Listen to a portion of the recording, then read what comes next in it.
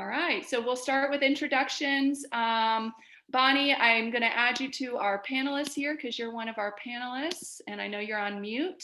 All right, Cristiane Salgado. Good afternoon. My name is Cristiane Salgado, and I work for Vocational Rehab in the Unit 21B in Boca Raton. Thanks, Cristiane. Alicia Young.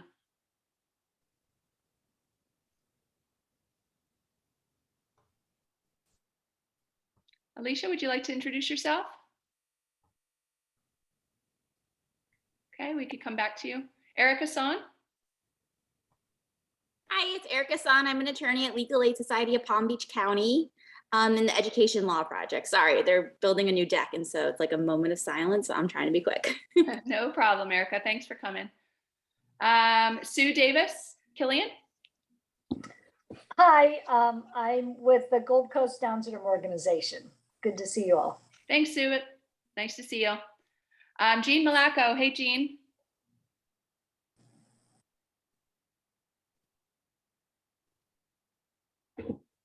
Jean, we can't hear you. Are you able to introduce yourself? There I am. Jean Malaco, Family Care Council 9. Great, thank you, Jean. Jennifer Harris. Hey, Jennifer. Hi, Carrie. Jennifer Harris, Special Needs Advocate at 211. There's a lot going on, but May is Mental Health Month, just to get that out there. So happy mental health to everyone. Thanks, Jennifer. Kim Harris. Hi, my name is Kimberly Harris. I'm the intake specialist for vocational rehabilitation in Unit 21D. Thanks, Kim. Alicia Young.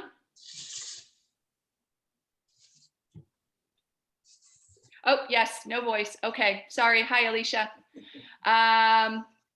Let's see. Marcia Edelman. Hi, Carrie. I'm Marcia Edelman. I'm in the Family Care Council, Area 9. Hey, Marcia. Thank you for coming. All right. Mary Ellen Quinn Looney. Hey, Mary Ellen. Good afternoon, everyone. I hope you all doing well. Carrie, if you don't mind, I'm with FAU CARD, and if you don't mind, we've got 3 trainings, and I'll send you the flyers after the meeting, if you don't mind sharing them. They're up for availability, honoring, as Jennifer said, Mental Health Month, and these have to do with ASD and mental health. We also have a task force that meets every month. We have 300 people that participate, and we offer CEUs. So these are opportunities you can get CEUs as well. Thank you. Thanks, Mary Ellen. Gertha Minos. Hi, Gertha. Hello, how are you? Good. You're joining us today for the first time, maybe? Yes. Oh, welcome. Yes. Thank you. Do you work with an agency, or do you have a child with special needs? Yes, I have a child that have special need. Well, welcome. I hope that you enjoy today's meeting. All right, thank you. Yeah. Millery, Senate. Hi, Carrie. How are you? Hi, Millery. Are we doing introduction? Yes, please introduce yourself. Not that you need one. Good afternoon. I'm Milori Sena. I am the community liaison for the Agency for Persons with Disabilities. It's good to be here. I see you have a big group today. Yes, thank you. Thank you for coming. I'm excited for our panel. Me too. Matricia Falano. Patricia. Hi, good afternoon. Patricia Falano. I'm with the Florida Department of Health, Title V program, maternal child health. And usually Rachel is here, but she is out today. Well, thank you for coming, Patricia. And Sharon Alexander. Hey, Sharon. Good afternoon, everybody. Sharon Alexander, CEO of the Unicorn Children's Foundation. thrilled to announce that we have opened up our in-person programming. And so now we're doing in-person, virtual, and hybrid. But also we are hosting at the last Wednesday of every month at our Unicorn Connection Center. We're hosting a family fun night that's open to all ages, all abilities, everything from karaoke to arts and crafts to cookie decorating, food, refreshments. It's an opportunity for the community to come in and see what our plans are. So please share with your constituents, and all of you are invited to attend as well. Thanks, Sharon. Shayeen Witherspoon. Hey, Shayeen. Hi, you said it right. Yes, I had to look at my email to make sure. Hi, I am Shayeen Witherspoon. I'm the Director of Community Impact at United Way. So I oversee all of our special needs investments, and it's really great to be here with all of you. Thank you for coming. Raquel Mora. Hey, Raquel.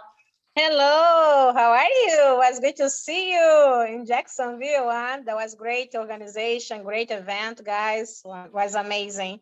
Really a lot to talk, a lot to meet, a lot of new people and to find out organizations and events was really good. I'm glad I participated. So we are here, vocation rehabilitation, business relation, Raquel cover Palm Beach County, some support for Broward. You know, just making the great connections right now and, you know, bring some opportunity for VR costumes. Sorry, my kids are in home. They are yelling. I'm going to turn off my microphone. Thank you. And Raquel was talking about the APSI conference that was in close to Jacksonville over a week ago. And Raquel and her business liaison team did a great presentation on connecting businesses with employment support providers. So thank you, Raquel, and your team. You did an awesome job. APSI stands for the Association for People Supporting Employment First. So if you're interested in learning more about that, that's a statewide chapter of the national organization. So thanks, Raquel. Sherry Epstein.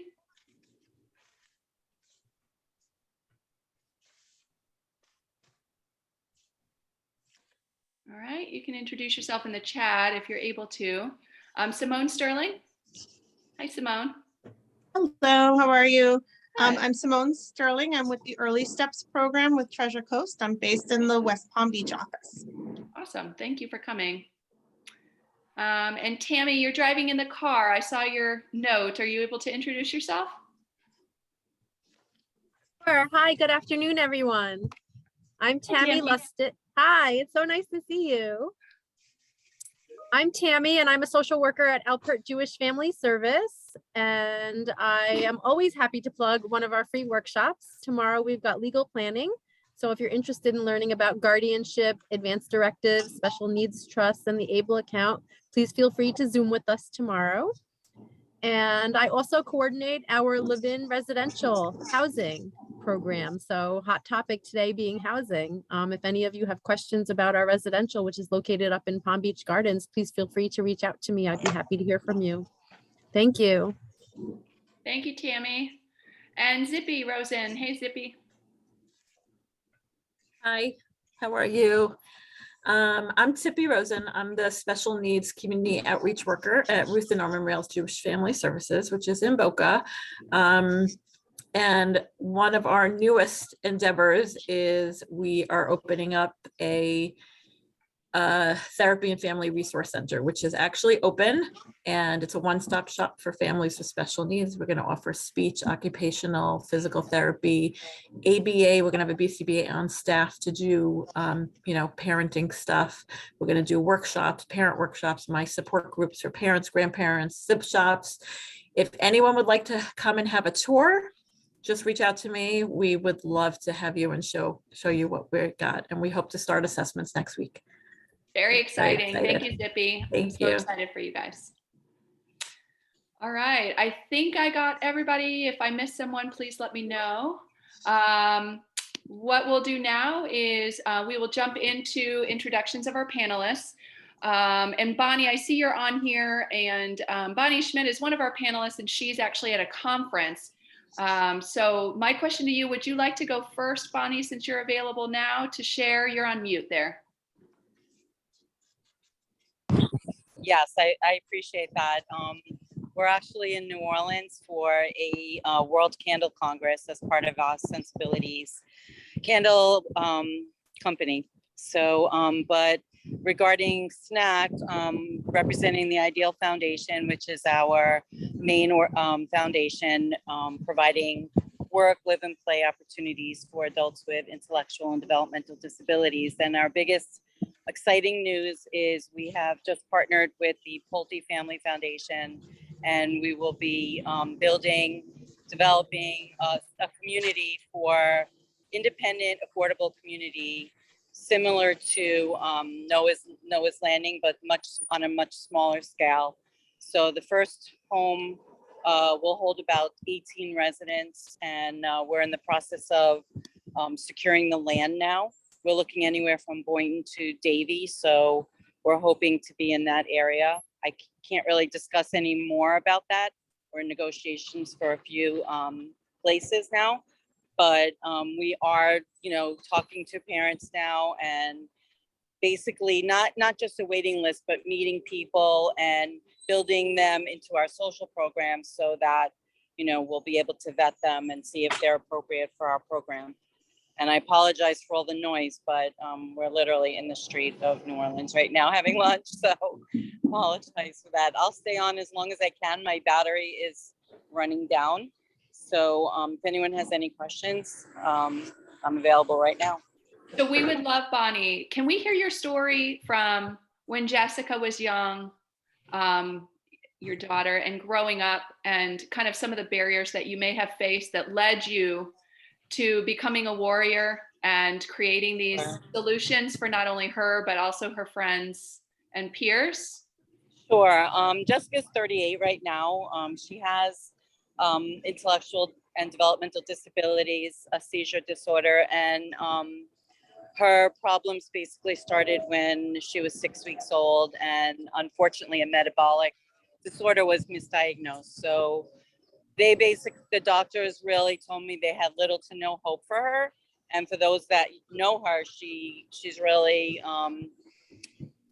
succeeded so much. And, throughout the years, lots of therapy. She's still at 38 going to physical and neurodevelopmental therapy 3 times a week, and still working on all her skills. But when she turned 22 and had, little to no options, we felt that we needed to start something, because I can't leave her alone, and so I couldn't work unless I paid someone to be with her. So it didn't make sense. So we actually started Sensibility Candles back in 2009 as a for-profit through a small grant from Voc Rehab of Broward, their microenterprise department.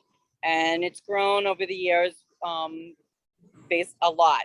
And through that, we realized that there's so much more that they need than just a purposeful day. They really need to come home to an environment that, they're happy with, just like we want to live with our friends or our family or our husbands, spouses. She wants to do everything that everybody else does, but she needs help with everything. So that's when the Ideal Foundation came into place, and it's IDDEAL foundation.org. And we just actually redid our website, so you can check that out for Ideal Foundation. And we will be announcing more once we get the land, and start the whole process of that. But she wants to move out, but obviously she can't and needs support. And I didn't want to, I just felt like a group home was not the right place for her. She has a lot of medical needs, and same with Lexi, with type 1 diabetes. Very few places, that give the programs that we want for kids with medical needs, So that's when we started our dream of building an affordable community. We did look at Noah's Landing and Promises of Brevard, and we have consulted with Jack Kosick, who is the guru of housing for our kids. And thankfully we're working with him on this, and he's very instrumental in this project. So we have really great people on our team working, to build this. So it's going to be very exciting, but we don't have a lot to announce yet, and I will keep everyone posted. But the goal is within 2 years to have this place, and our entire Sensibility team, wants to live there. So we'll have limited space on the first home, but we will be adding additional ones as we can. So that's kind of our story. And we actually have Jessica and Lexi here in New Orleans so that they can experience, a convention and get involved with the work component part. They meet people, they talk about the candles, we're actually being interviewed by, a magazine for this. So it's a great opportunity for them to really experience the full aspect of what work is. Does anybody have any questions or comments for Bonnie before she needs to leave? And she said she'll stay for a little bit, but I just wanted to give you all an opportunity.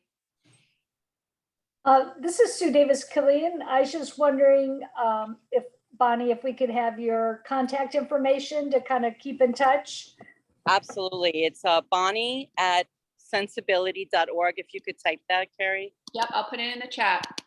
And feel free to call me. We'd love to meet with anybody and everybody. We're very excited about this, obviously, as parents and as advocates. So we'd love to meet with anybody that is interested in talking to us.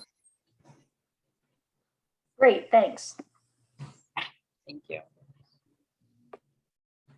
So I'm going to head into where we were, and I'm just going to mute so you don't hear all the noise here. Thanks, Bonnie. All right. Very Thanks. exciting. All right. And next up, we have Blanca Deason. Blanca, hey, how are you? I'm good. I'm good. Thank you, guys. Of course. Tell us about Sean and your journey and how it all began and where you're at now. Great. Yes, we do have my son, Sean Deason. He is a young man, 27 years old now. Hard to believe. We've been through the gamut, of course, but just a little history regarding our family. Sean is my first child, 27, and he got diagnosed at age 4.5, almost 5 years old.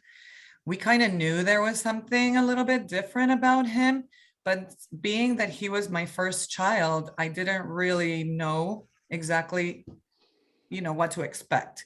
So it was mostly my mom who kept saying, like around age 3, that there was something that wasn't quite right.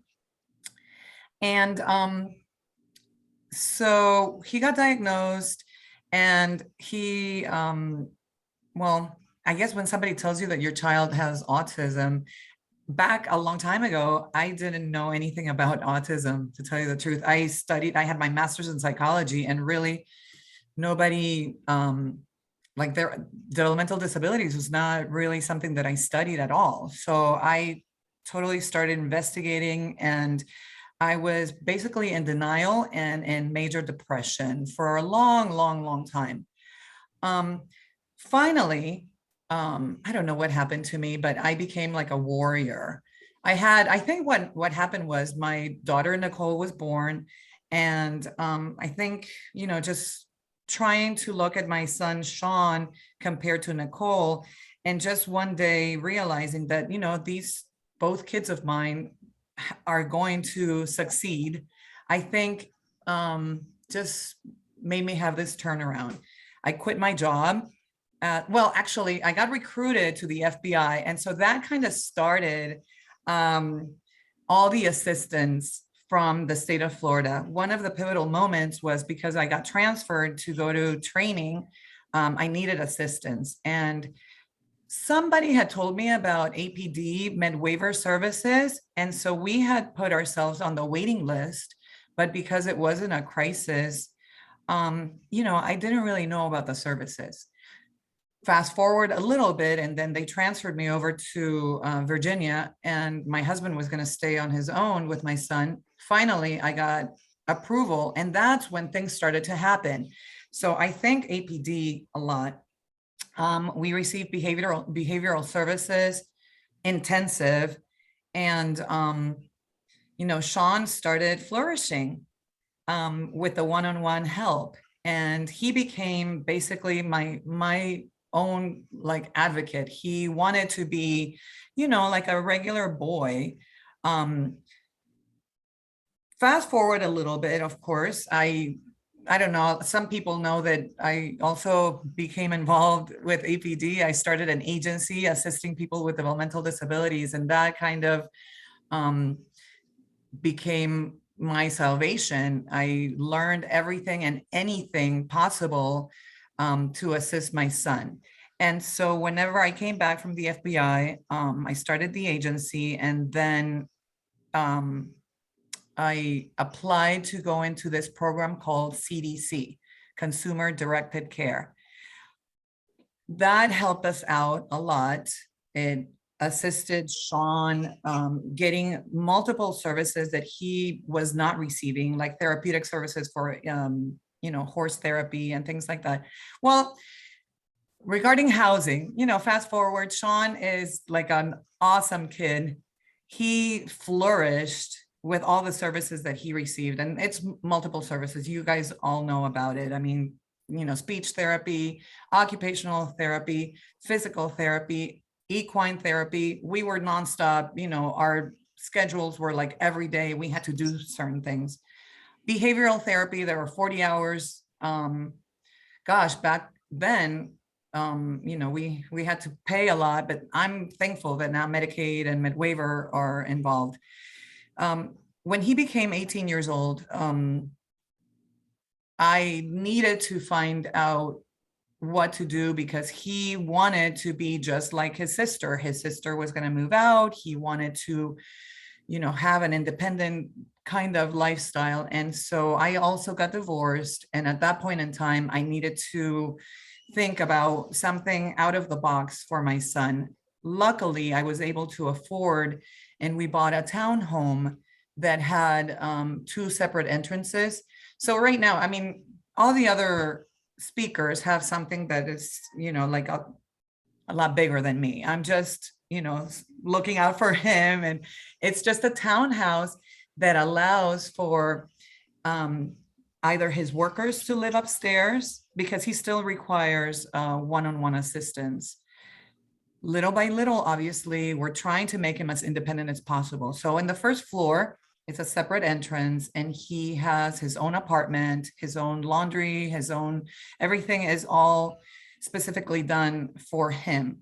And then second and third floor is kind of like a live-in situation. And so it just depends on whether we're going to get staff to live there, or like a family that we could get, you know, I guess some sort of arrangement for him, for them to be able to kind of watch over him. And that's basically it in summary, what's been happening to our life.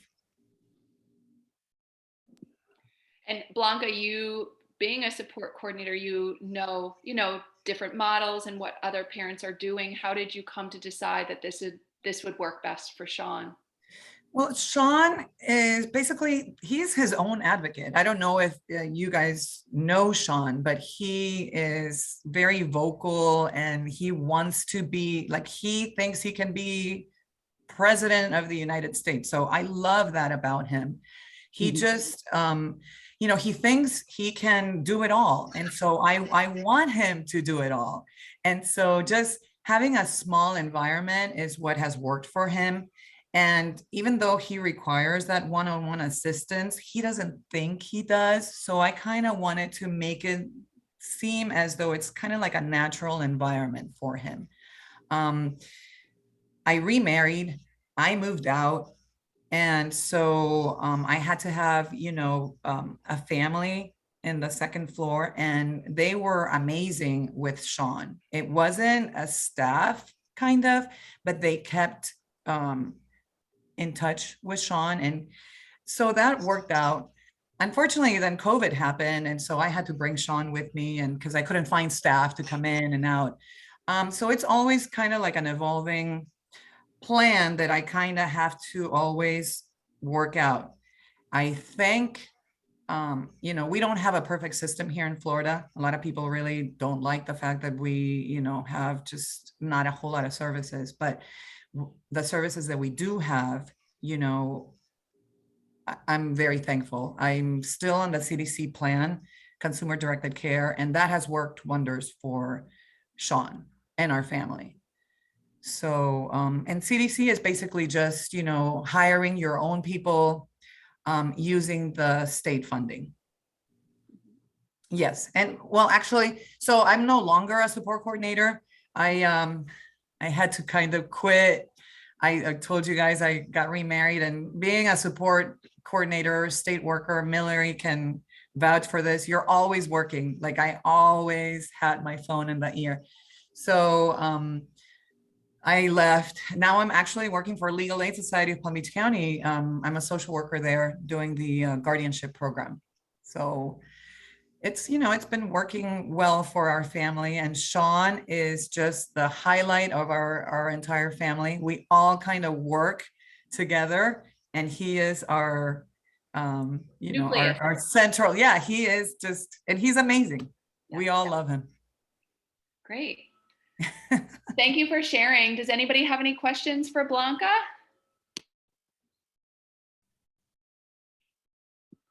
All right, I'm sure there'll be questions. Thank you for Blanca, and well, if you can stay around for a little bit. I can for just a little bit.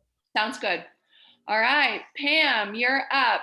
Thank you for coming, Pam. Another warrior. I think warrior should be the title of this meeting for sure. Trailblazer and warrior. Why don't you tell us about your story with Andrew, Pam? Well, my name's Pam Minnelli, and one of the saddest days of my life was when Blanca decided she didn't want to be a support coordinator anymore, because she was my son Andrew's support coordinator, and she was fabulous. But we've moved on. We've got another great support coordinator, but Blanca she's the bomb, I'll tell you. Okay, so I'm going to share my screen because I actually have a couple of slides to show you. Can you guys see my screen now? Yep. Okay, great. So this is my son, Andrew. He's 24 years old. As you can see, he's incredibly handsome. He has the most gorgeous blue eyes. He is also nonverbal, has autism. He was diagnosed very young. And we were very fortunate, like Blanca, we were able to get on MedWaiver pretty early. So we've had a lot of services through his life. This is a picture of him at his graduation. He graduated from the Learning Academy in 2020, which is on the ELS campus in Jupiter, and right in the midst of COVID. So his graduation was actually a drive-by graduation, which actually for Andrew was probably fine because he loves to be in the car. So he didn't have to get up and get on stage. So he was actually pretty happy with the whole thing. So for the past 2 years since he's graduated, he attends the adult day training program at the ELS Center.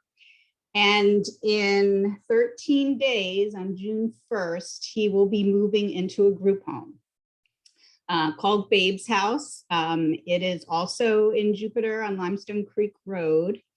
And I'm just going to tell you a little bit about how we got to working on and opening a group home for our son and 5 of his friends and peers.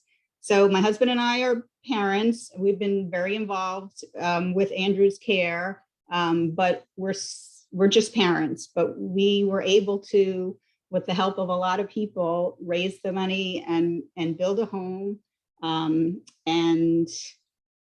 Like I said, he'll be moving in a couple of weeks. We've known for quite a while that he will need really 24/7 support. So the group home was really we felt the best option for him. And so let me just take you through a couple of slides. I actually put this together for parents. And I've shared it with a couple parents who are interested in doing something similar as well. So the first thing I tell parents is either form your own 501c3 or partner with an organization that is a nonprofit, because if you're going to raise money, people want to be able to take the tax donation. So do that first. We've started 501c3s on LegalZoom. It's not that difficult. So that was probably the first thing folks need to take a look at. And secondly, take a look at what kind of home you want to build. The name is community residential home. That's the name that the state of Florida uses. There are standard homes, there are intensive behavioral homes. So you need to kind of look at, you know, what your child needs, what his peers need, and make a decision on what kind of home you think you want to build. And then find some families, find some like-minded families who want to do something similar. We have been very involved with the charter schools on the ELS campus, and we have a lottery system there. So you can't kind of pick and choose who goes into the school, but for a community residential home, you actually can, as long as the folks qualify for APD services and for ResHab services, you can kind of peer match and join families together. So it is a nice kind of flexibility that's not there for all the services. The maximum number of residents for CRH is 6. So that's the most number of unrelated people you can have living in a home together. So I have a lot of people say to us, well, what about 8 or 12? We can't, that's not a CRH, that's a different kind of a zoning, and it's not considered a community residential home. The first thing we started doing was looking for property. That was over 5 years ago. So this was not an overnight project that we got involved in. And the biggest thing I always tell people is, I've had people call me and say, hey, I'm going to build a group home right next to your group home. And I'm like, you can't do that. There's a 1,000-foot rule that the state has, that group homes have to be at least 1,000 feet from each other. So if you're looking for property, you need to make sure that there isn't another group home within 1,000 feet that's 3 football fields lengths away. And then check the zoning as well. Make sure that the piece of property you're looking at is multifamily. And then I would say, even before you have the land, you can start looking at the Florida Housing Finance Corporation grant. You don't have to have the land yet. You can just basically say where the general area is that you're looking to put a group home in. And it's, you know, it's just a sizable amount of money. When we got the grant, I don't know if it's increased or not, but it was $588,000 that we were able to get from the state to help with the group home. Now, the group home costs more than that to actually build, but that's a pretty good start. And if you are able to get the grant, it's really great to be able to leverage that with other donors to say, hey, we've got this money committed from the state. So we really are going to build this thing, you know, please come and join us and donate. So the next thing we had to do, actually, as we were getting ready to apply for the grant, you need to have a service provider.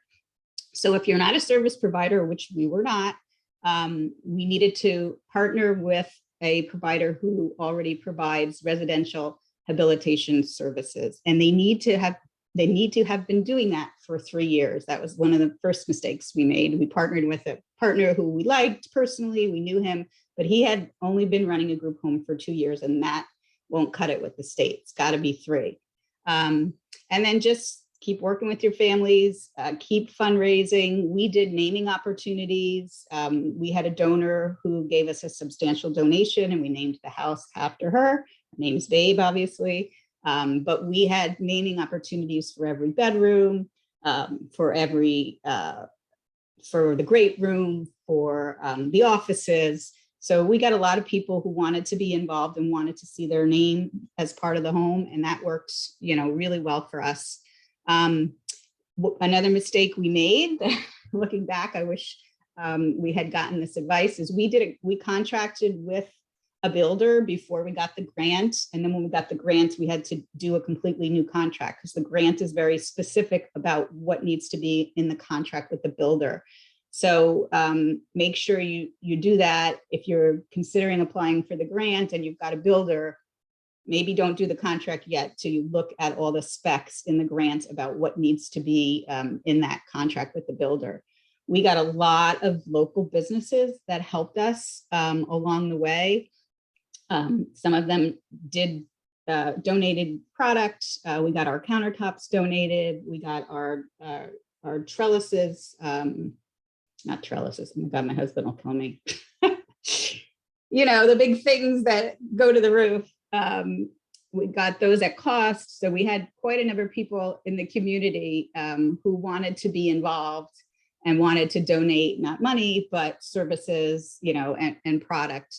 I think the biggest thing that we did right from the beginning, as soon as we bought the land, is my husband went around like with chocolate chip cookies and bagels to all the neighbors and, you know, kind of, because sometimes still, you know, community may not understand what a CRH is. But I got to tell you, our neighbors are unbelievable.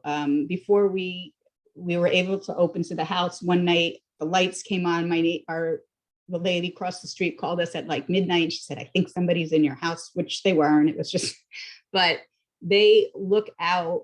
Our neighbors are looking out for the guys that are going to live in that home. And that's going to make it a really special place. So I'd encourage you to get to know your neighbors as soon as you buy the land. And I think it just make everything a lot easier for you. This is another list of things, and we don't need to go through all this because some of you on the phone actually may know all of this, but I just tell parents, you're not building, you know, a regular home. There are a lot of things that you need to make sure are in the home.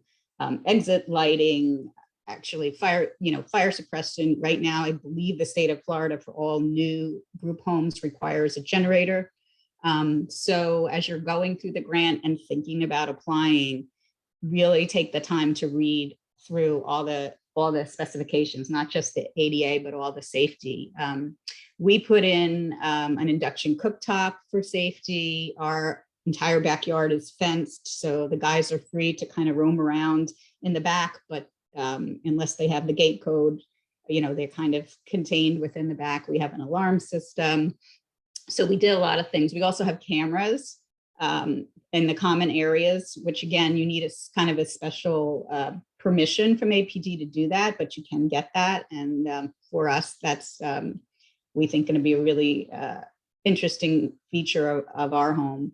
The other thing we found out is your provider can only apply to the license for a license to APD after you get your certificate of occupancy. So it took us a while between the time we got the CO and then when the provider got the license. So just consider there's a longer time frame in there. You know, just because you get the CO doesn't mean, okay, everyone's moving in tomorrow. It takes some time, you know, to get all the licensing and the inspections and everything ready to actually open.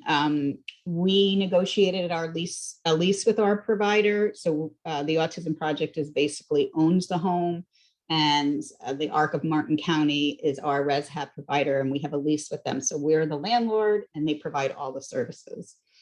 And then right before you're ready to open, invite the community to be part of the home's activities. We had a housewarming. We're planning to do activities at the house, you know, once a month, and we're going to invite all our neighbors and really try to keep them as involved as possible, you know, with the guys in the home. So I started my presentation with a picture of Andrew. So I'll end with a couple. This is him at Els for Autism ADT. He's making orchid pots for Mother's Day. And so we feel really, really lucky that he's in a meaningful day program during the day. He's going to be living in the home. It's going to be very hard for me, but I think it's going to increase his independence, and it's going to be long-term for all of us, the best solution for him and for his future. So does anybody have any questions for me? I have a question. I have words of encouragement, Pam. You're going to be so happy and it's going to be great. I hope so. Yeah. Did someone have a question? Sorry, I wanted to pop in there. Did someone else have a question? I have a question. Is someone going to be living with them at the house? Like, so it's what's called a wake home. So there is staff during the day and on the weekends, but staff does not live there. So that we have overnight staff, and that staff is awake. So if one of the guys gets up and needs some help or support, there's a staff person there to help them. So none of the staff lives there. They come in, in shifts during the day, and obviously there's more staff there on the weekends. During the week, the guys are expected to be either at their job or at an ADT, but to be kind of out and about like typical folks, Monday through Friday. And then on the weekend, there'll be more staff, and there'll be planned activities for the guys. Okay, thank you. I have a question. It's Jennifer. So this would be through the APD. They'd have to have in their budget for rehab. Correct. Okay. Yes. This is Jane Malacco. Can you hear me? Yes. I have a quick question. I got lost when you're talking about someone being kind of the oversight to the home, but yet you're leasing it. I don't understand. So the non-for-profit that raised the money and built the home is the Autism Project of Palm Beach County. So we're a 501c3 and we own the home, but the Autism Project rents the home to the ARC of Martin County, who is the rehab provider, and they provide all the services. They hire all the staff. They handle all the money. So we, the Autism Project, are basically just the landlord. So we're responsible for the physical, structure, but the ARC of Martin County has the license with APD to run the home, and they provide all the services in the home. Oh, okay. Does that make sense? I think so. Sounds pretty complicated. It's complicated. It's 1,000 times more complicated than we thought it was going to be when we started. And a lot of people said to us, I think Jack even said to us, building it is the easy part. And we were like, oh no, but really it is. It's getting a provider that you're happy with and they're happy with you, and the opening of the home. And then I'm sure, we've been open since May 1st, so we've only been open 17 days. There'll be a lot of challenges, but hopefully, a lot of positive successes as well. But it's not an easy undertaking, I would definitely say. And it took us 5 years. It was not something that, we were able to just say, okay, we're going to build a group home and next year everybody's moving in. It took us 5 years. And just the paperwork alone is overwhelming. Yeah, the grant, while again, it's a lot of money, it is, I've written some grants and done reporting in my day, and it was definitely the most intensive reporting that I've ever done. Did you use any of the roof funding at all? I don't know what the roof funding is, so no, but I feel bad that I don't. Well, there's lots of money there, but to get to it is too complicated. Yeah. Thank you. Sure. Anybody else? This is Sue. I have a couple questions. How do you do meals, and what is the cost to the residents? Okay, so I'm gonna try to answer for ARC of Martin County because they run 16 group homes, so they're pros at this. But what I believe is they have a dietitian on staff, and there's a menu that gets published for all the homes every week, excuse me. But there's also choice, obviously, for the residents. If they're making chicken and the resident doesn't eat chicken, my son's on a gluten-free, dairy-free diet. So his eating is very kind of restricted. There's a couple of other guys in the homes that are also on restricted diets. So in a way, it's going to work out kind of good because, they're going to be sort of limited. But I think, it has to obviously be personalized for each resident. But at the same time, they have kind of published meals to make sure that nobody's gaining weight and everybody's kind of, staying healthy. So. Great, You thanks. had a second question, but I forgot what it was already. The cost of. Okay, so the ARC takes rehab for the home. And then I believe that they also charge room and board to the residents, which is basically a portion of their their Social Security payment that they receive every month. And then part of that money is held for the residents. And again, I don't know what that monthly number is, but if they need, cash to go to the movies or whatever, part of their Social Security is reserved for them in an account at the house that they can access those funds. So Mary Ellen knows really well. If I say something wrong, Mary Ellen, let me know. You did a great job, Pam. Thank you. And I just want to thank all the parents. If you look at the history of special ed, it was always the parents, particularly the moms, that really got things going for kids. If you look at all the way back to, the beginnings of IDEA and EHA, it was the moms. So thank you for what you're doing, all of you. It's very impressive.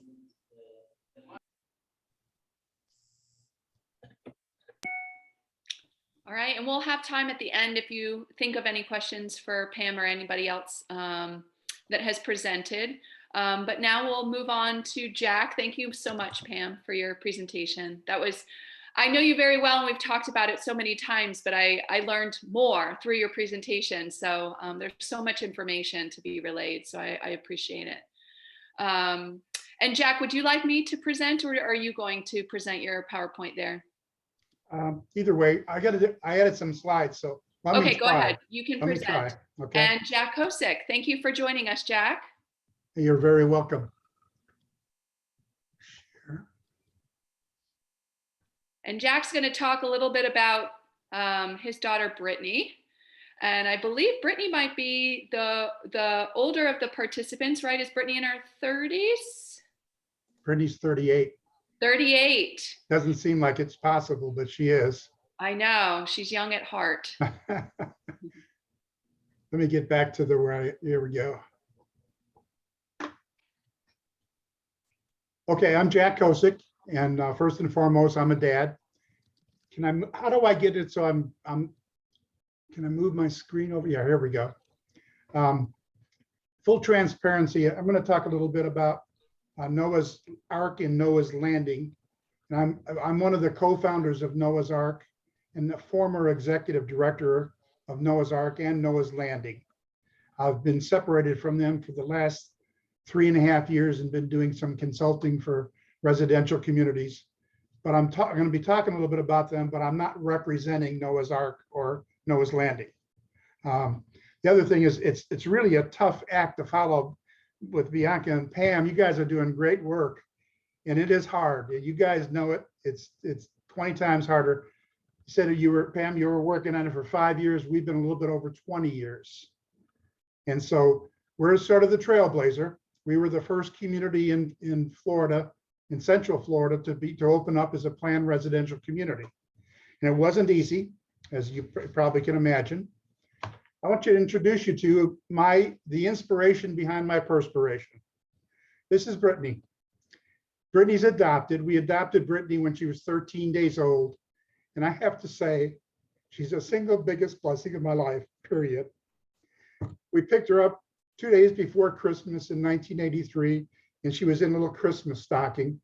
And she's been the joy of my life ever since.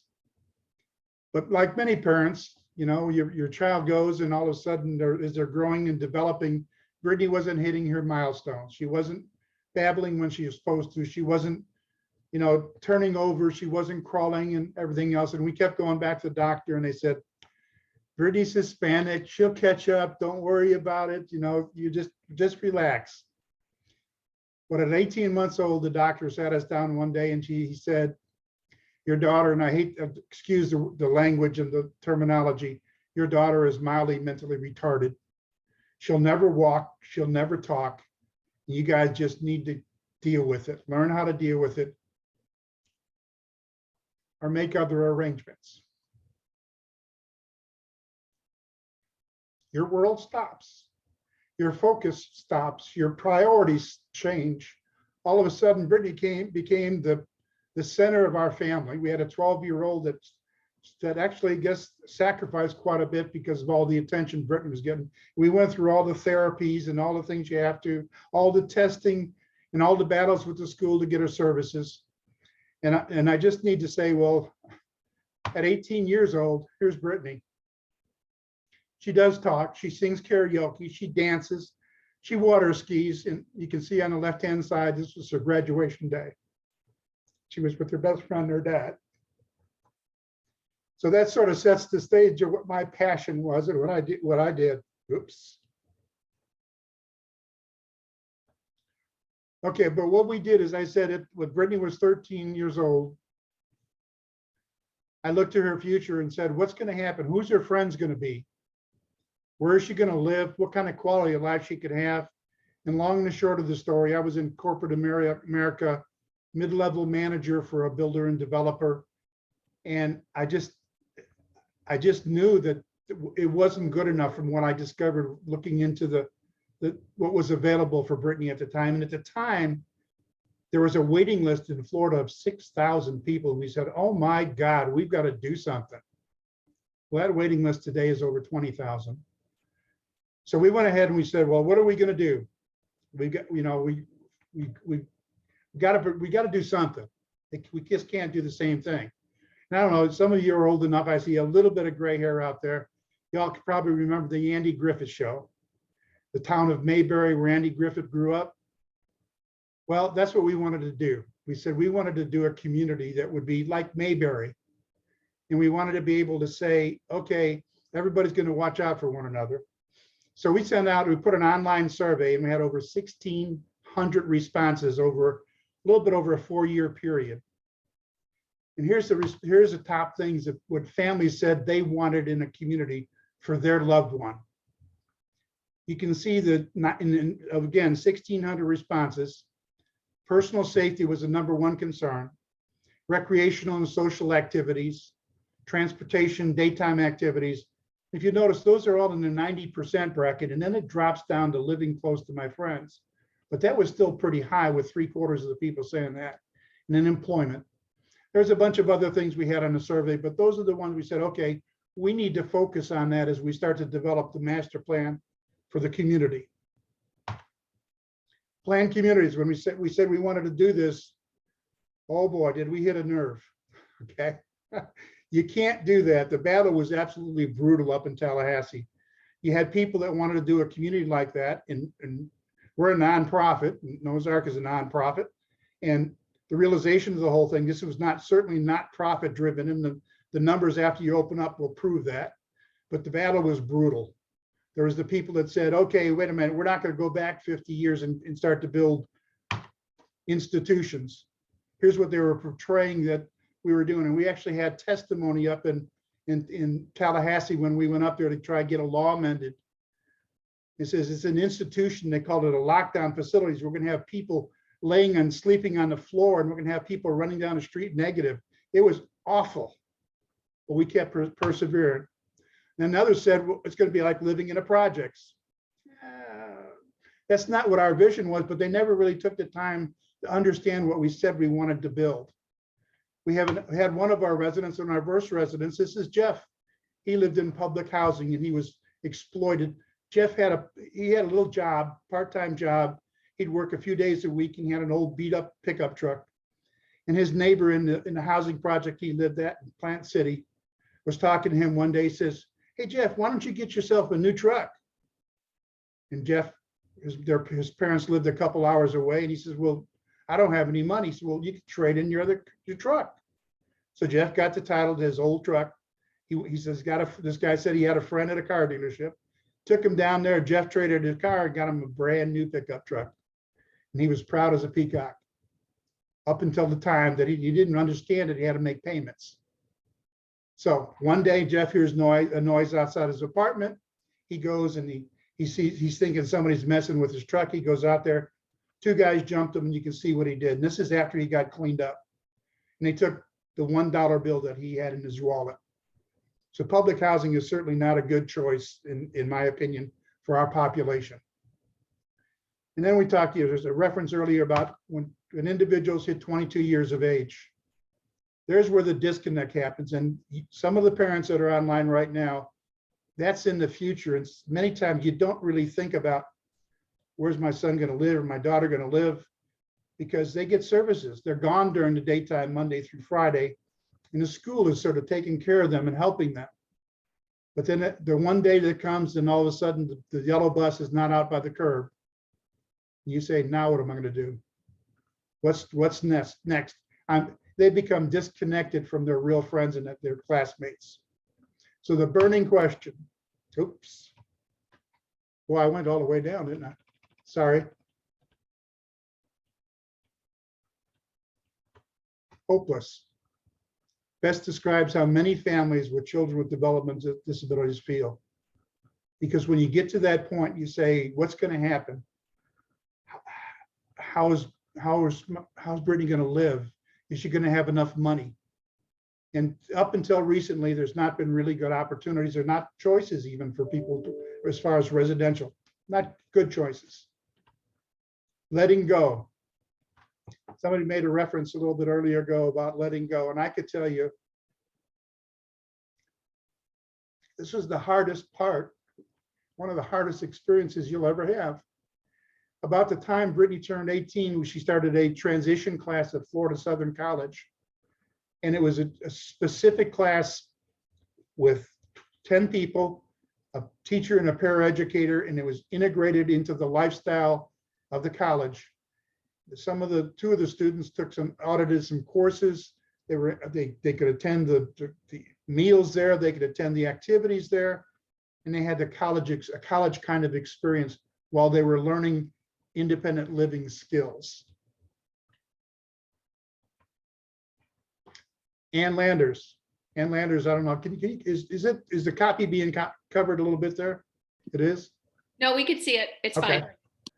fine. Let me move this here. And she said a saying here is, it's not what you do for your children, but what you have taught them to do for themselves that will make them successful human beings. I'm going to plead guilty because Brittany, when she turned 18 and she went to this college transition class that Noah's Ark facilitated. It was the first of its kind in Florida. And it was named, I think it was in 2006, the best special education program in the state. When you go and you say, hey, wait a minute, Brittany, you didn't do your bed, or Brittany, you didn't do your laundry, or Brittany, you didn't do that. Many times it's just easier to do it yourself than to take the time to allow them to do it, because it's just easier. So I was really guilty of that. But where that really shows up is when that transition occurs and you're saying, okay, you're going to live independently now, and they haven't been taught how to do some stuff. One of the things we had in one of the first homes we had is a flight attendant, a single mother, had her son moving into our small community. We have two. And she says, well, I don't know that this will work for Chris. He doesn't know how to cook, and he doesn't know how to do laundry. And one of what turned out to be his future roommates, he said, well, that's no problem. We can teach him to do that. So there's a dynamic that happens where they help each other out. Remember in Mayberry, where people help each other out? That's what happens. We developed and we copied this. Quite honestly, I don't want to take credit for it, but we copied this from the Ark of Jacksonville. And we printed it up at Noah's Landing or Noah's Ark. And it's a flip chart of the different things that you should be helping your child learn how to do in preparation for living independently or supported living. I think they still have some available. You may want to give them a call if you're interested. And there's all sorts of things about doing laundry, stranger danger, everything that happens. And there's things that are in there that I probably can't do, but it's a good sort of a guide to be able to say, well, okay, now let's get ready for it. Promise and Brevard. There's a reference to Promise and Brevard. It's just up the road, up 95 from where you all are at. And Betsy Farmer was the former executive director there and co-founder or founder of the community, her and her son Luke. It's a great community. This is the clubhouse.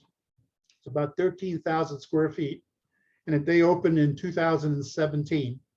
And they've got about 125 residents. And they have three, let me see, I think. Here's the site plan. The community building is in the front. There's all sorts of activities and things for them to do. There's a place for optional dining, for arts and crafts. They have an art center. You name it, they have a video center. but then they have 3 apartment buildings, and I think all 3 of them are 3 stories. But then in the center core is their activities. They've got a pool, fire pit, a barbecue area, and everything else. It's quite impressive. If y'all haven't seen it, it would be great to go there. Wonderful, wonderful community. Noah's Ark started much more humbly. We're 20 years, just over 20 years to come into where we are today. And this is the beginning of it. This is the community. We didn't have 2 nickels to rub together. Okay. And we started this out of the passion. And I started it out of what's going to happen for Brittany. And it just kept getting bigger and bigger, bigger, because I discovered there were so many Brittany's out there. So we were looking to do a home, and we're working with somebody else in the First United Methodist Church, helping them out, somebody that wasn't associated with Noah's Ark. And the pastor said, well, what do you guys do? And we told him about how we advocated for people and for people with disabilities and the need. And he says, well, how many people? And I said, well, there's over 6,000 people on a waiting list. He said, well, I think it's time for the church to step up. You start talking about the faith community, and Noah's Ark is in fact a faith-based community. This is a God-driven organization. And so the senior pastor says, well, and I'm a real estate broker. Matter of fact, I'm helping Bonnie and Denise with Sensibilities locate some property. And I said, well, I found 3 lots right across the parking lot from the church.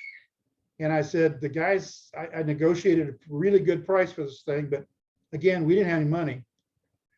3 lots, infill lots. This is surrounded in the center of Lakeland, surrounded by homes in a great, great neighborhood. And the guy wanted $56,000, $56,000 for all 3. And the preacher says, well, that's a really good price. He says, we need to buy them. And I said, well, okay, well, we can start some fundraising. You know the routine. Go and ask for money for specific things. And he says, no problem. The church is going to buy them, and the church will donate the lots to you. There's an opportunity there. You start talking about finding land. Finding land is important on the front end of a development. So we went ahead and the church bought the property. Now I have a construction background. I designed the home. We had a designer go ahead and draw up the plans, and I was the construction superintendent. Didn't know I was going to be, but that's where it ended up. So the home on the left-hand side where it says phase 1 is the first home that we built. And the way we built that home was sort of interesting because the church bought the land, and I told Riley, the senior pastor, I said, Riley, you know, we got to raise some money to be able, he says, well, here, he gives me a check for $25,000. He says, let's get started. And I says, okay, well, $25,000 doesn't build a home. But we use the same concept as Habitat for Humanity does, where you use volunteers to build it. The problem is you got people that come and show up that you have no clue what kind of abilities they have or don't have. But we went ahead and we started to do it, and we started to get going. He gave us $25,000. The Rotary Club kicked in some money. James Hardy Building Products.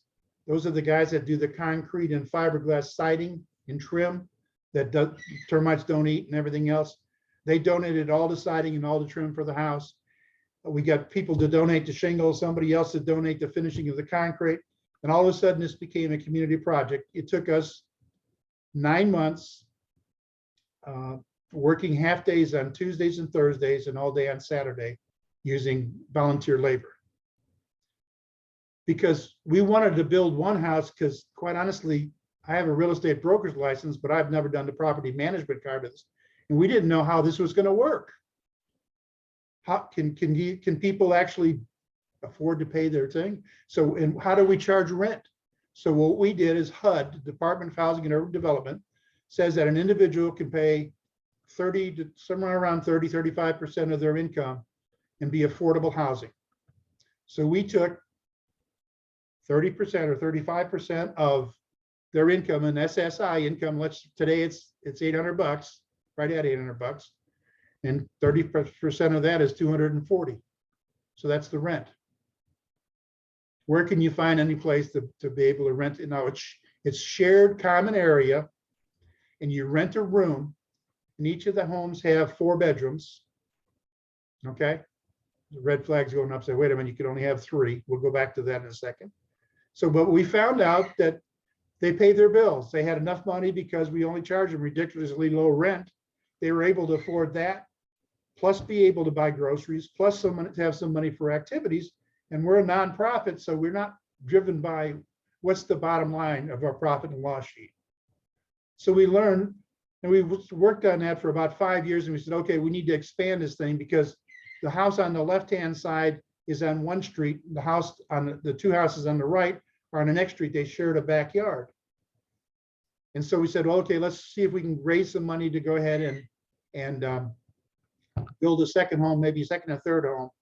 We found that there was a grant available through the Florida Housing actually had a grant available, but there was a loan, a low interest loan. But then remember the hurricanes that went through back in 2007 or 2008? We had 3 of them go through Polk County. So they had hurricane housing recovery funds available. So we got a grant, a partial grant for the second and third home on the right-hand side. And then we raised the funds locally through the community and through donations. And James Hardy kicked in all the siding and trim again. And we built and then we went to the Builders Association of Polk County and said, hey, we need some help. And they said, well, what do you do and what do you need? And I knew some of the builders because I was a broker and sold some homes. And the guy says, I said, well, we'd like you to build a house. And they started laughing. They said, no, really, what do you need? And I said, well, we'd love you to build a home. And he said, well, we don't have that kind of resources. Well, you don't maybe have that kind of resources, but you have contacts with the subcontractors and suppliers. You know some of them that are philanthropic and willing to donate some stuff. He said, well, yeah, we do that. So they ended up building the second house. And they built it with a partial grant, okay? And they got everything else was done through the Builders Association. There's a public-private partnership. Even the people from Tallahassee Builders Association came down. Everybody wanted a piece of that action because all of a sudden now we got all sorts of publicity. So we built a second and third home. And then if you look in the center, there's a little green thing that says garage apartment. There's an alleyway back there. We built a 2-story garage or garage with a 2nd-story apartment. And there's a 2-bedroom apartment there. So we've got a little area there that is 14 bedrooms. We did and this is important, that we did a half court because they like to shoot hoops. So we put a half court basketball court in there. Well, they didn't play the basketball because it was too hot. You get out there, they didn't want to get all sweaty. We put a garden in. We said, okay, we can grow our own fruits and vegetables. That's going to be a great thing. We got these flower boxes and everything else. And they said, I don't want to do that. It's, they did it once or twice. They don't want to get out there and get dirty. So that was a miserable failure. We put a gazebo in and they used the gazebo a lot, but we used that area frequently to do like barbecues and so on and so forth, to engage other families, to get them together, to show them what supported housing looks like, and then become part of our database. Land. There's currently 6 communities in Florida that are either under construction. There's one down south of Miami in Kendall with Casa Familia. I believe they're about to start construction here pretty soon. They're trying to work out some obstacles. Jacksonville, the Ark in Jacksonville, they did a great job in there. There's Quest Village in Orlando, Noah's Ark or Noah's Landing in Lakeland, A Promise in Brevard. There's one up there, I'm trying to think of the name of it, Independence Village, I think it is, in Tallahassee. So because of the stuff that we did, we had to get a law amended, we had to get rules changed and everything else. It opened up the ability to do this thing. And once the people, we had terrible resistance through the Florida Developmental Disability Council saying, you're not going to build, they'll build this, we'll fight you all the way, until they saw it. And we were visited at Noah's Landing by all the agencies. We had APD, we had ACA, Children and Family Services. There were 6 of them. And then the final people that came to see us were the disability rights people, the legal people. And they came down there with their checklist of what they call heightened scrutiny. Are we doing all the things necessary to make sure that the people in the community that live in the community have access to the greater community and they can participate. If you go back to that little thing that we talked about, the number one thing is safety. In this community, you see right here at the very, can you see my little, my thing scrolling okay? As you come into a turnaround, roundabout, there's a gate here. It's not locked in. It's one of those little arm things. And quite honestly, you could drive around it if you tried. Okay. But it's controlled access. So people at nighttime, the gates close. So people don't just can't come in and just snoop around unless they know the code or they're invited in. Meandering walk paths. Okay. Exercise. People need to have exercise because they have a tendency to, become couch potatoes sometimes. The public bus stop, transportation was one of those issues at the top. Okay. Gazebos for socialization, a covered pavilion. We learned that the pavilion needed to be covered. We got a basketball court there and they use it all the time for dances and karaoke and different things. And the center core of this thing is a clubhouse. Now we've built everything from this line to the right. That's all phase one. And this is phase two over here. In phase two, we want to look at something. People from disability rights, when they came down, they were looking to find out what we're doing wrong. And quite honestly, we got 2 glowing reports from them. They said, this is the best we've seen. And we looked at that and we were sitting in the little screen enclosure at the clubhouse, right about here, looking at this. And this is all a wooded area and there's an open field. And the disability rights people, they wanted to drop by and just sort of visit. They were there for 6.5 hours. So they weren't there just to visit. They were looking, okay. And so you start to establish a rapport. And I says, the next thing that I'm concerned about, because you have people with Downs in particular that have early onset dementia and Alzheimer's.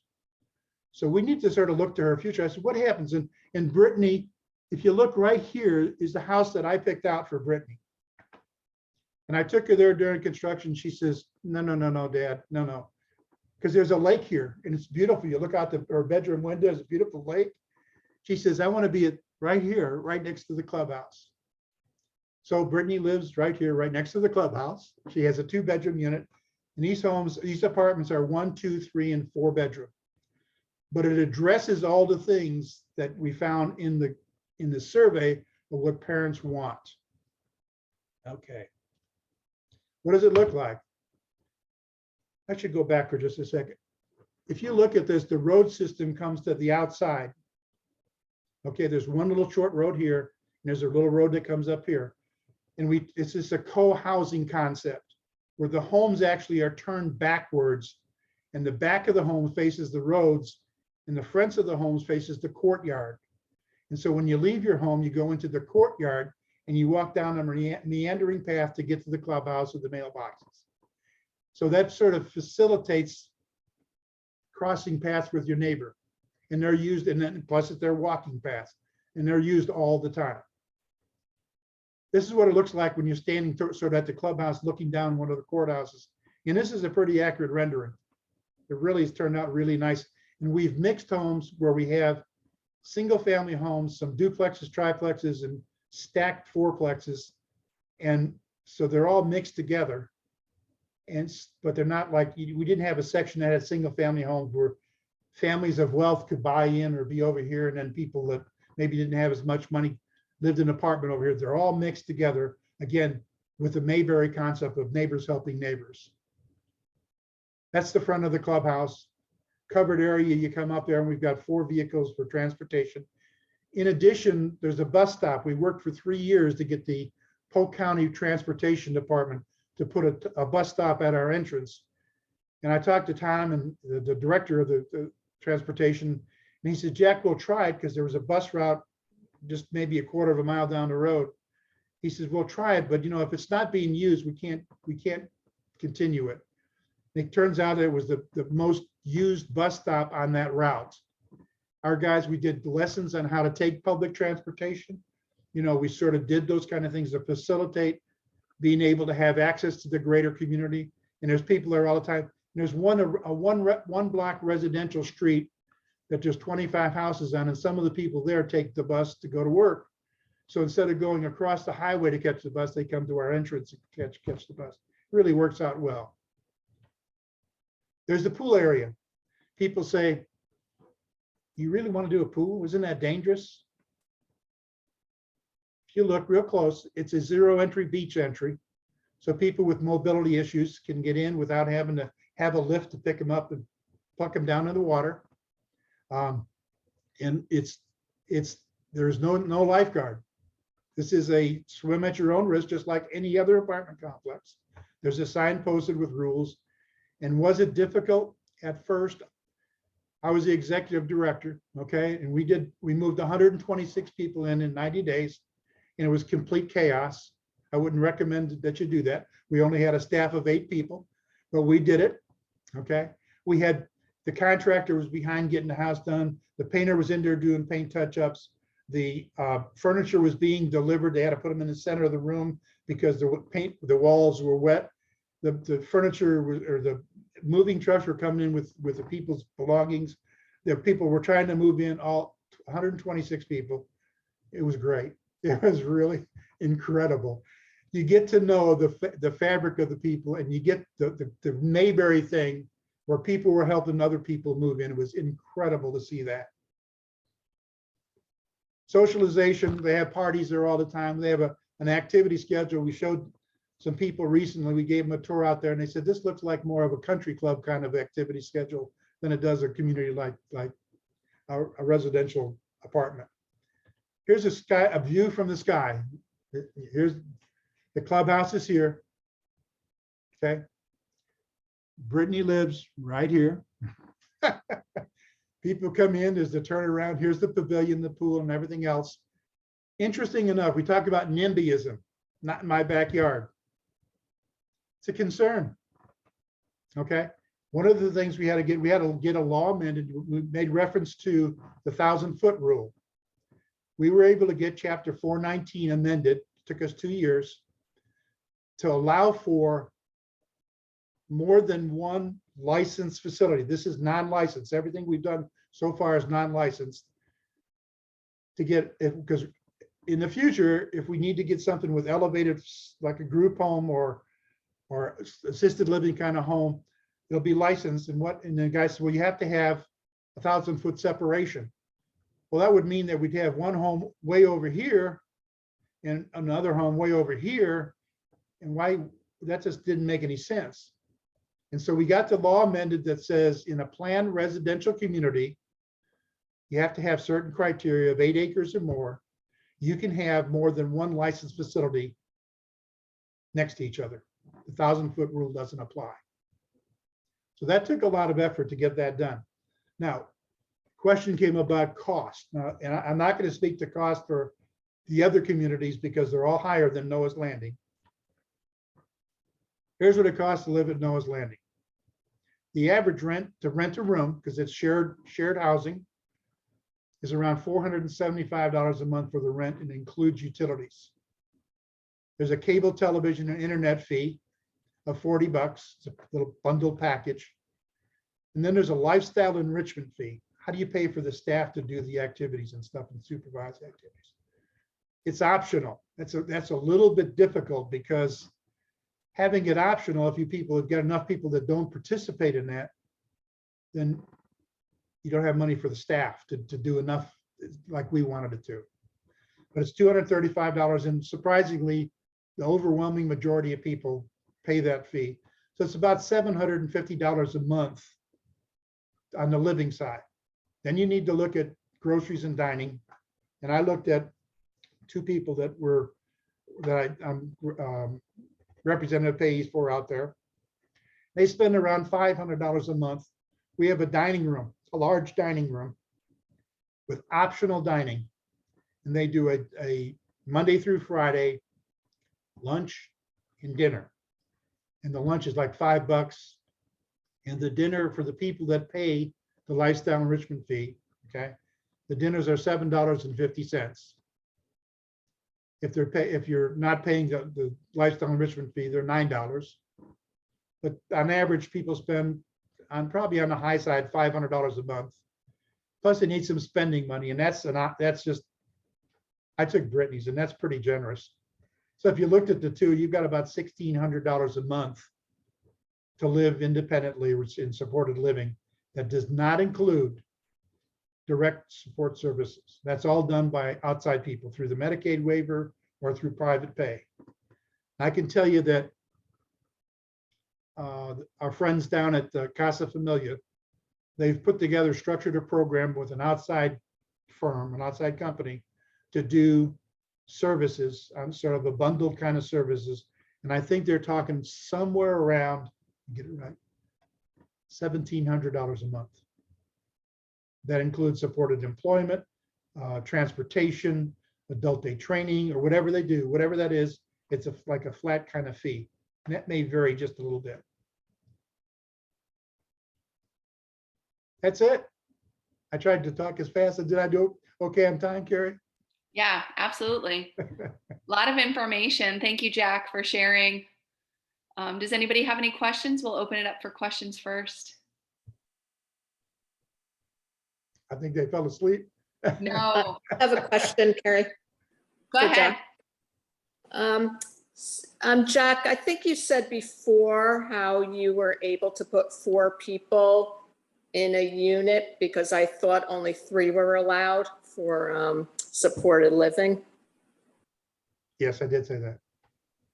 Did you say how? I didn't remember saying how I didn't you. tell you how. Okay, we built a 4-bedroom, the homes that Noah's Nest, our first little community, were 4 bedrooms and 4 bathrooms. Our idea was we didn't know the needs of the people moving in. Would they need overnight staff? Would somebody need a live-in? Would it, I mean, it was all uncertain. We were just learning. I mean, learning as we went. And there is a rule that says you cannot have, now listen to the wording, you cannot have more than 3 unrelated people with developmental and intellectual disabilities sharing a home. That doesn't mean you can't have somebody that doesn't have a disability living there. So for the first 5 years, we only rented out the 3 bedrooms where Brittany and her 2 roommates lived. And that 3rd bedroom became an arts and craft or just sort of a spare room that was very rarely used. We said, well, what are we doing that for? If we put somebody in there that does not have a developmental or intellectual disabilities, we're not violating the rule. So we went back and the APU looked at it and says, no, that it says 3 unrelated people with developmental intellectual disabilities. So we put a 4th person in there that does not have that kind of qualification or label. Okay, thank you. Okay. I cover everything that well. I don't believe it. Yeah, I guess from a state perspective now, Jack, you're working with a lot of families and a lot of organizations. What have you seen the need to be? Are families, I guess this is just kind of an open-ended question, but are families interested in planned communities? Is that kind of, where you're seeing a lot of focus? Are they more interested in a smaller type of a project? What are you kind of seeing statewide, especially with your role at the state level? I think there's a mixture, and this is all 3 of the different approaches that we saw today are valid. It just sort of depends on the individual's needs and their choice and what a family prefers to have. I see that if I were to do it again, it's difficult to do as large a community as we did. We bit off a big hunk. It was challenging. We didn't know what we didn't know. And I think realistically I would probably make a smaller community, maybe 75 people. But we have people we've got Bonnie and Denise are looking at doing something on a different concept than what we've done presented here today. And we're working with the APD now to make sure that it's going to be okay. And so I think there's a synergism that happens where if you look at Noah's Landing, for example, and I don't want to use the word cliques, but there's neighbors. I mean, the neighbors, there's certain groups that sort of pal together. And if you have a large enough population out there, you can find your niche within that. So I wouldn't be afraid to do anything size-wise. It's harder to do the activities and the schedule and the socialization on a smaller scale and be able to afford it.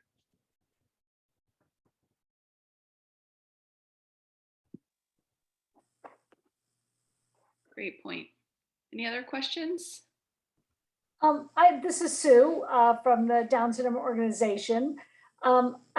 We definitely have a number of families in our organization that are interested in something like a Noah's Landing, very interested in what Bonnie has going on. Do we know if there's, besides for the Ideal Foundation, do we know if there's any other efforts to bring something like, another larger planned community to Palm Beach County? Or anyone who's interested in forming a group to work on it? Well, here's a couple of things. My note says, what can you do at the end? I was adding stuff to sort of polish up my presentation. Palm Beach County right now is pushing. There's a faith-based organization that's pushing because everything is driven by money. Okay, if you don't have money available to you, and of the communities, the 6 communities that were built in Florida so far, okay, 5 of them were property that was either donated or leased from the state, but there was some sort of public-private partnership involved.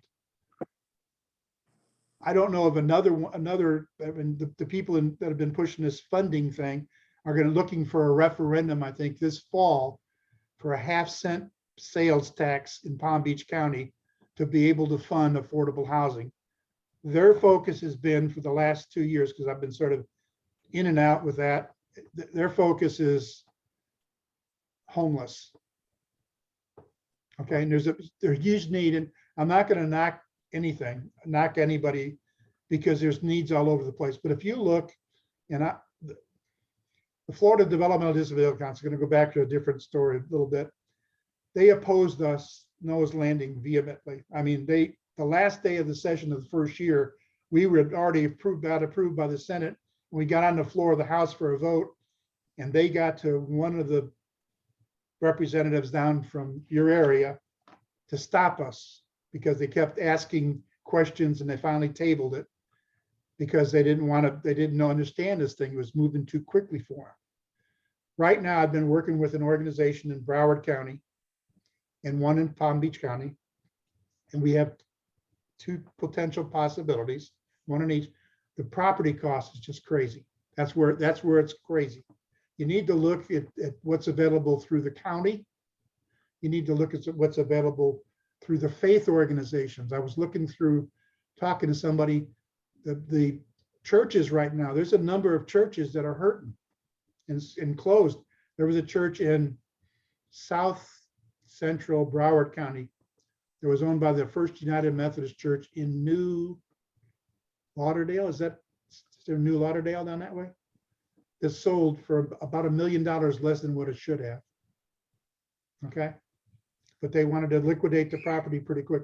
So the faith community is a good place. Our church got us started, and they have in this organization. So you need to get behind that, and we can maybe filter through some information. How do you do that? The other part, through the Developmental Disability Council, I objected to the fact that they were so unkind to us in their presentation when we were trying to get the law amended. I mean, they said they referred to our community as a lockdown facility because it had a gate that goes down at night. How many people here live in a gated community? Huh? No, Mary Ellen, you live in a lockdown facility. I'm sorry to tell you that. Okay, so it was awful. It really was, and we complained. We complained to the governor, and the governor looked at it, and we said there was too many people on the Developmental Disability Council with younger children. It wasn't a fair representation of the broader need of our population. And at the time, they had an executive director that was very difficult to work with. And so the governor took 1/3 of the members, about 11 people, and terminated them, took them off the council, and he put 11 people back, new people on there, and I got assigned to the Developmental Disability Council as an advocate, the parent advocate. Okay, I didn't have to go through the normal vetting process. Now, I referred to it back then. It's not the way it is now because a lot of things have changed, including the executive director. And there's openings, by the way, at the DD Council. They need good people. I think they need one down your area. I referred to it at the time of being parachuted behind enemy lines because I was the only person on the council that supported planned communities. And whenever the topic would come up, you know, they'd say something and everybody would look at me saying, okay, what's Jeff going to say about this thing? But they've changed a lot because they see one now. They're able to go to Promise and Brevard and Jacksonville and Noah's Landing and say, this isn't at all what we thought it was going to be. It's not people running down the street naked. It's not anything at all. It's a pretty nice community. So I think there needs to be some more money. Money's the name of the game, getting it started. Florida Housing was mentioned. They have the pre-development loan of $500,000 to $750,000. That's a good, because it costs a lot on the front end to get the development things done between your engineering, your architecture, permitting, and everything else to get going. So if you can get a piece of property through government somehow or faith community, tie that into and they say, so, well, you got to get, it's a loan for 3 years and then you have to pay it back. But they've never, if they've got a community, think about it differently. They have the funding control coming in, okay? So if they give you $500,000 or $750,000, and then you apply for funding to build the property, they've got a vested interest in that because they want their money back. When, okay, they don't want to just to say, oh, okay, we made a bad loan and that they've never gone back to collect anything. So that's a great funding thing. Plus the counties, the local counties, I think the Miami-Dade has a tax that they do. They have a pot of money for affordable housing. One of the things that has to happen, and we did it with the DD Council, we got a great package of information. One of the things that has to happen is they have a 5-year plan through the Housing Authority, Palm Beach Housing Authority, and whatever your local housing authority is. It may not be the municipality, it could be separate, okay? They have a 5-year plan, and in the 5-year plan, they say, here's the identified needs in the community. And they list, and don't crucify me because there's a lot of good causes. You know, veterans, I'm a veteran. Veterans need housing. Battered women, people that are migrant farm workers, people that work for commercial fishing operators. I mean, they have a whole plethora, a list of people that are under the broad umbrella of special needs housing. Oh yeah, and people with developmental disabilities. And it wasn't until we went up to Tallahassee that people with developmental disabilities had a voice. We need to separate on the local plans in every county that there's a separate identity for special needs housing for people with intellectual and developmental disabilities. If that gets into their 5-year plan, okay, that means, and they have to submit, the housing authorities have to submit their 5-year plan to Tallahassee, and it goes into a consolidated plan where all the housing authorities through the state put together, and then it goes up to DC, and they say, this is the needs in the greater community. If it gets into the 5-year plan, they have to do something about it. I talked to, I can't remember the guy's name. They did a caper. It's an annual report about what they're doing. At the end of it, they'd open up for public comment. I says, have you ever done anything specifically for people with developmental disabilities? And there was a silence there for a little bit. He says, well, we have a special needs housing. Okay, well, that's the broad definition again. So if we can get that working collectively, and there's a beautiful package of information that's already been printed and ready to go to be presented, and start to work on that. Yes, it's going to take time, but your group home took 5 years. You know, so the realization of the whole thing is it's a long-term process. And yes, there's things we can do locally that will start to open up a broader flow of money, because it all boils down to that.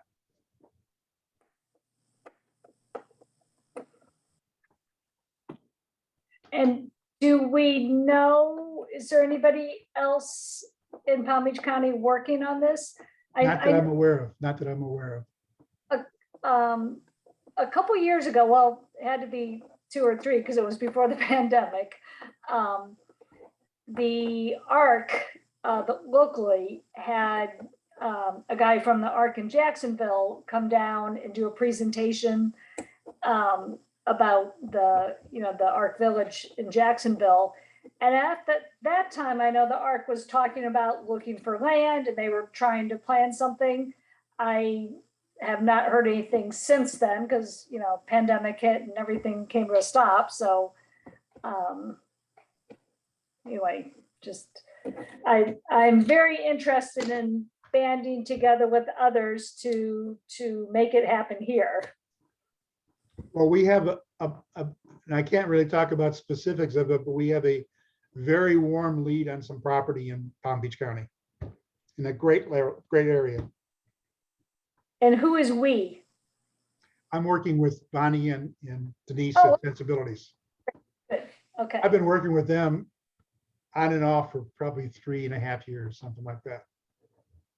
But Okay. they've got the Pulte Family Foundation behind them. And so I think things can happen. They're going to happen. It's just a matter, there's a political thing that has to be taken care of. That's all I can say. Always is. Okay, great. Well, I'm going to be in touch with Bonnie, so. Yeah, support them, get behind them and help them. And maybe we can orchestrate through them.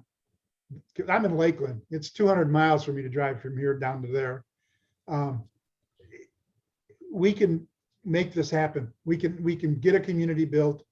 They're going, the size of the property that we're talking about, it's sizable enough that it's, of course, a planned residential community, according to chapter 419, has to be at least 8 acres. So this property is in excess of 8 acres. And they're talking about 16, maybe 16 people at first. Okay, awesome, great, thank you. Can I ask a question, Jack? I had heard that and working with the housing and urban development, you really need to have kind of a lead agency that helps. And I don't know if it was a presentation that I had, that Silo in many communities is one of those lead agencies. Is that your experience, or? I'm not sure that I understand the question. You have to have a lead agency. Have an agency that's working alongside with the housing and urban development and with families. That was the recommendation for a presentation that that I went to. HUD has money available, but they have different criteria for their funding. Okay. Okay. For example, the funding we had at Noah's Landing was through Florida Housing Finance Corporation. It was a low-income housing tax credit, very complex to do. We hired an outside consultant to pull together the thing because the paperwork, you don't even want to know about it. It took a long time, very detailed. And in our funding, it says we have to have a minimum of 80% of our residents at Noah's Landing have to be diagnosed or labeled with an IDD. Okay. HUD basically has money available, and those ratios typically flip the other way, saying, yes, there's money available for people with disabilities, broader term. Okay. But only 20% of those people can have that kind of diagnosis. So they limit it to a much lower percentage. And then you go back and you say, well, sometimes you look at, don't crucify me if I misspeak. Sometimes I'm not politically correct. There's sometimes our population, being as vulnerable as they are, don't match up to people maybe that are also special needs coming out of prison, for example. And I'm not knocking anybody, everybody needs a break. But the realization of the whole thing, we've seen some exploitation and some things happen at Noah's Landing. I mean, the learning curve for us was very steep.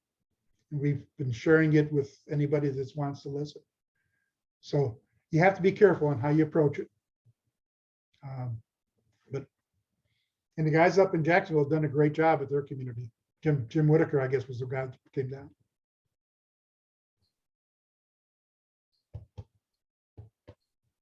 That's it.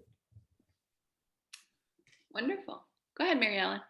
No, I was just saying, if there's anything that you need us to do, I know we're connected at CARD with Bonnie, and we'll reach out to her. But if there's anything that we can do to help support, we're happy to do that.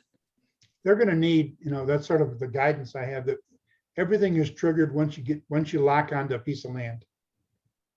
Because, for example, you go and you ask people, you can ask Florida Housing for some pre-development money in a generalized area, but then you got to go back and find some property.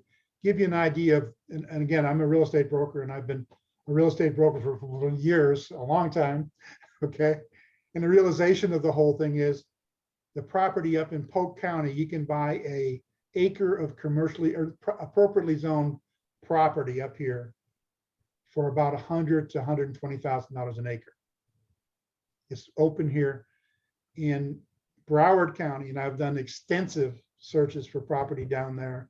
You're looking at $1 million to $1.2 million per acre.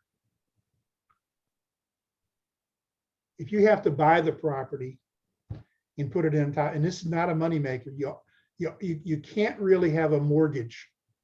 The low-income housing tax credits basically is a forgivable kind of mortgage. You can't have a mortgage if you're going to make this thing work. You're trading dollars. There's a little bit of margin in there, but not much. So you have to really, and Noah's Ark, when we did it, our goal was to develop a community that was safe and affordable. We wanted it, and don't take this wrong, to be able, the families of Joe the plumber, well, the plumbers make a lot of money, somebody else, okay, a blue collar worker, to be able to afford to live in a community so you're not excluding them. There are nice communities, if families of wealth, there's hundreds of nice communities across the United States. If anybody's got a lot of money, I'll be able to give you a list of where they are, but you're looking at, on the low side, of probably $3,500 a month. Who can afford? I couldn't afford that for Brittany. So, and Noah's Landing is the cheapest. I can tell you that. And I'm not trying to sell to anybody on Noah's Landing. Brittany loves it though. She absolutely loves it there. Well, I want to thank Pam and Jack for you guys for your presentations, along with Bonnie. I know she had to run, and also Blanca had to run as well. But I hope that you all learned of different types of supports for different support needs, and were inspired by these trailblazers in their journeys. I'm sure that they have been trailblazers since day one. And that's just, to Mary Ellen's point, that's how it goes. You start with early intervention, school age, therapeutic, and that's just how your brain is wired. So I'm sure they're ready for a rest at this point, maybe. But we are so thankful for them as an inspiration. And if anybody is interested in learning more, you're welcome to reach out to our panelists. Next month, I just wanted to do a plug. We are putting together another panel of self-advocates, and our focus is going to be hidden disabilities. So that's going to be very interesting. And then potentially the following month, we'd like to talk about serving those with specific kinds of impairments, like the deaf community, understanding the blind and visual impairment community, and really get a great understanding of their culture and how to better serve those communities. If anybody has any ideas of topics for future SNAC meetings, please let us know. I'm always welcome ideas, and you guys are on the boots on the ground, so you know what families are looking for, and as service providers, many of you are looking to connect. So please let me know if there's anything that you all are looking for. So if there's no other questions, thanks Jack, you put your contact information in there. We thank you all for attending, and have a great month. Y'all have a wonderful one. Thank you. Bye. Thank you guys. Thank you.